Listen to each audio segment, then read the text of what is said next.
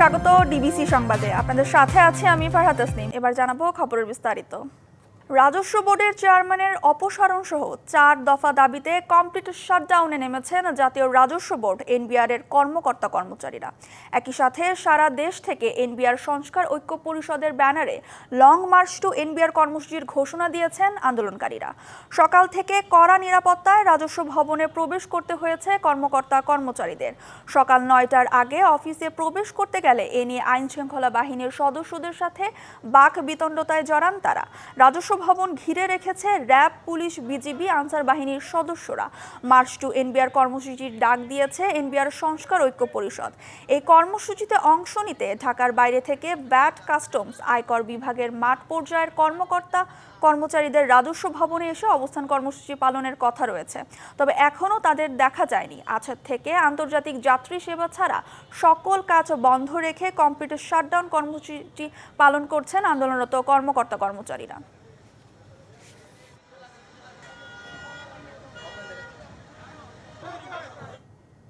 Complete শাটডাউনে জাতীয় রাজস্ব board NBR এর কর্মকর্তা কর্মচারীরা। সেখানকার আরও খবর জানাতে যুক্ত হচ্ছেন সহকর্মী মেহেরমণি।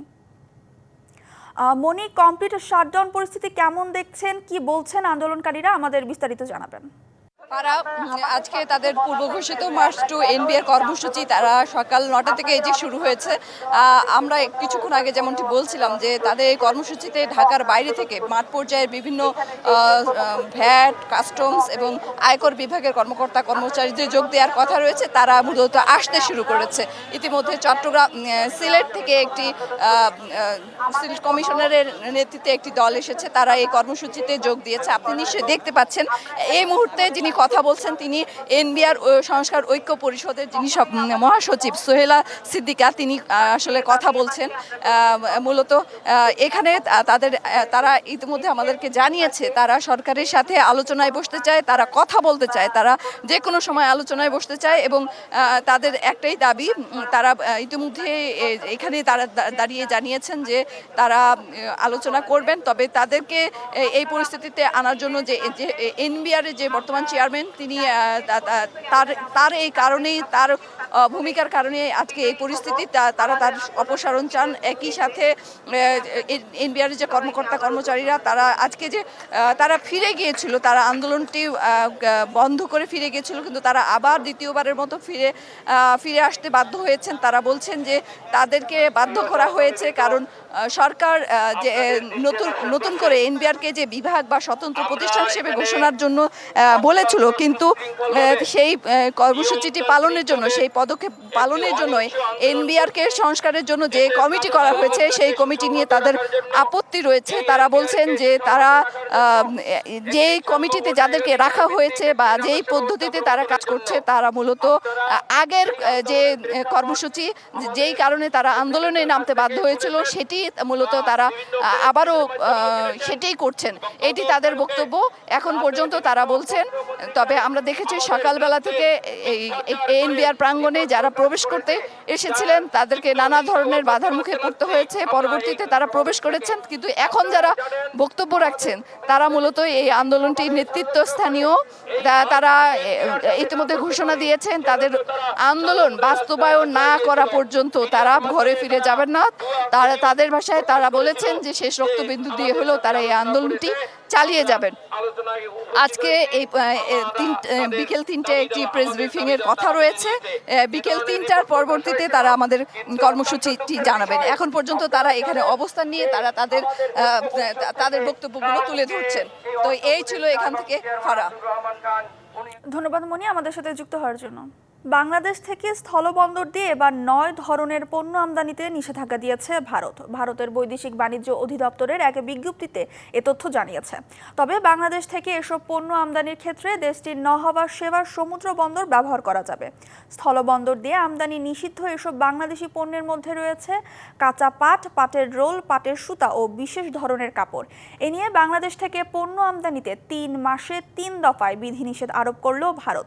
এর আগে গত 17 মে স্থলবন্দর দিয়ে তৈরি পোশাক, প্রক্রিয়াজাত খাদ্যসহ প্রভৃতি পণ্য আমদানিতে বিধিনিষেধ দিয়েছিল ভারত। শুক্রবারের ঘোষণা অনুযায়ী বাংলাদেশ থেকে স্থলবন্দর ব্যবহার করে ভারতের মধ্য দিয়ে নেপাল ও ভুটানে ওই 9 ধরনের পণ্য রপ্তানিতে কোনো বিধিনিষেধ নেই। রাজধানীর সোহরাওয়ার্দী উদ্যানে ইসলামী আন্দোলন বাংলাদেশের মহাসমাবেশ আজ। সেখানকার আরও খবর জানাতে যুক্ত হচ্ছেন সহকর্মী কামরুল হাসান। কামরুল, সমাবেশ শুরু হয়েছে কিনা আর জনসমাগম কেমন দেখছেন, আমাদের বিস্তারিত জানাবেন। ফারা, আপনি জানেন যে পূর্ব নির্ধারিত কর্মসূচি অনুযায়ী আজকে শনিবার ইসলামী আন্দোলন বাংলাদেশের যে সমাবেশ, সেই সমাবেশকে ঘিরে নেতাকর্মীদের মধ্যে বেশ উচ্ছ্বাস আমরা দেখতে পেয়েছি। যদিও সমাবেশের মূল আনুষ্ঠানিকতা দুপুর ৩টার পর শুরু হওয়ার কথা, আর তার আগেই কিন্তু আমরা দেখতে পেয়েছি নেতাকর্মীরা এখানে আসা শুরু করেছেন। আপনারা নিশ্চয়ই দেখতে পাচ্ছেন হাজারখানেক তো বলাই যায় নেতাকর্মীরা এখানে অবস্থান নিয়েছেন। ধারণা করা হচ্ছে বিকেল হতে হতে অর্থাৎ মূল আনুষ্ঠানিকতা শুরু হতে হতে কিন্তু এই সোহরাওয়ার্দী উদ্যান পরিপূর্ণ হবে বলে এখানকার যে আগত যে নেতাকর্মী আছেন তারা এমনটাই প্রত্যাশার কথা বলছেন।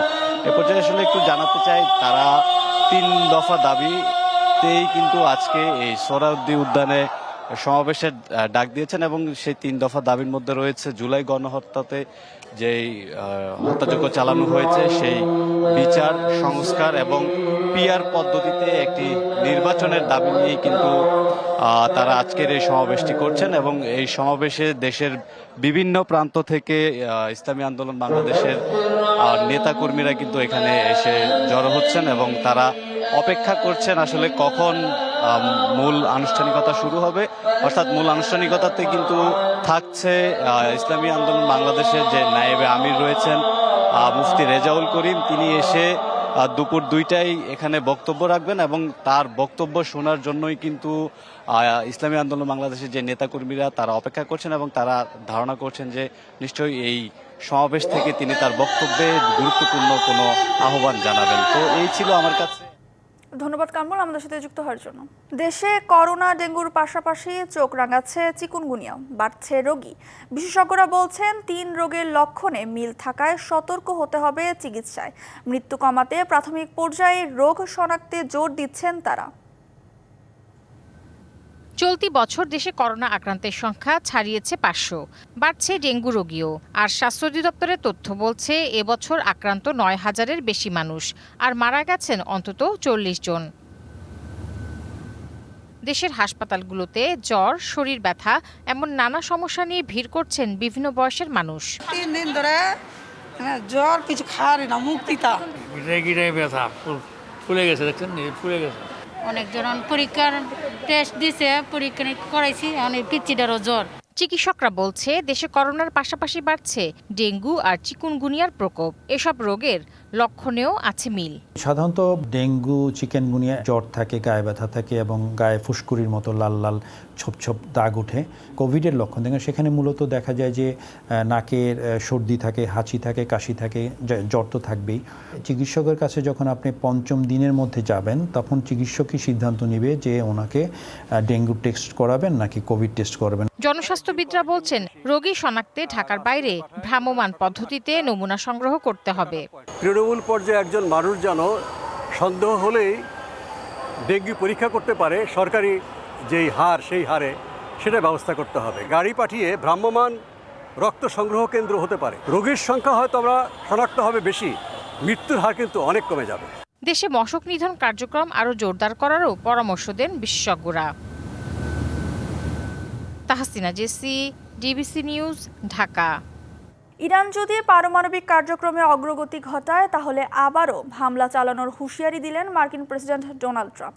স্থানীয় সময় শুক্রবার হোয়াইট হাউসে এক সংবাদ সম্মেলনে তিনি এ মন্তব্য করেন। এর আগে ন্যাটো সম্মেলনেও ট্রাম্প এই কথা বলেন। তবে ভবিষ্যতে ইরানের সঙ্গে সম্পর্ক উন্নয়নের ইঙ্গিত দেন ট্রাম্প। তার বিশ্বাস শেষ পর্যন্ত ইরানের সঙ্গে সম্পর্ক গড়ে উঠবে যুক্তরাষ্ট্রের। এদিকে তেহরান জানিয়েছে চুক্তি চাইলে ইরানের সর্বোচ্চ নেতা আয়াতুল্লাহ আলী খামেনিকে নিয়ে ট্রাম্পের অশোভন ও অগ্রহণযোগ্য মন্তব্য বন্ধ করতে হবে। শনিবার ইরানি পররাষ্ট্রমন্ত্রী আব্বাস আরাকচি সামাজিক যোগাযোগ মাধ্যম এক্সে একটি পোস্টে এ মন্তব্য করেন। ট্রাম্প দাবি করেছিলেন তিনি আয়াতুল্লাহ আলী খামেনিকে একটি কুৎসিত ও লজ্জাজনক মৃত্যু থেকে বাঁচিয়েছেন। এর পরিপ্রেক্ষিতে এ মন্তব্য করেন আরাকচি। ডিবিসি সংবাদে এ ছিল এখনকার মতো। ডিবিসি নিউজের সংবাদগুলো পড়তে ভিজিট করুন dbcnews.tv আর ভিজিট করুন ডিবিসির ফেসবুক পেজ এবং ইউটিউব চ্যানেল। সঙ্গেই থাকুন।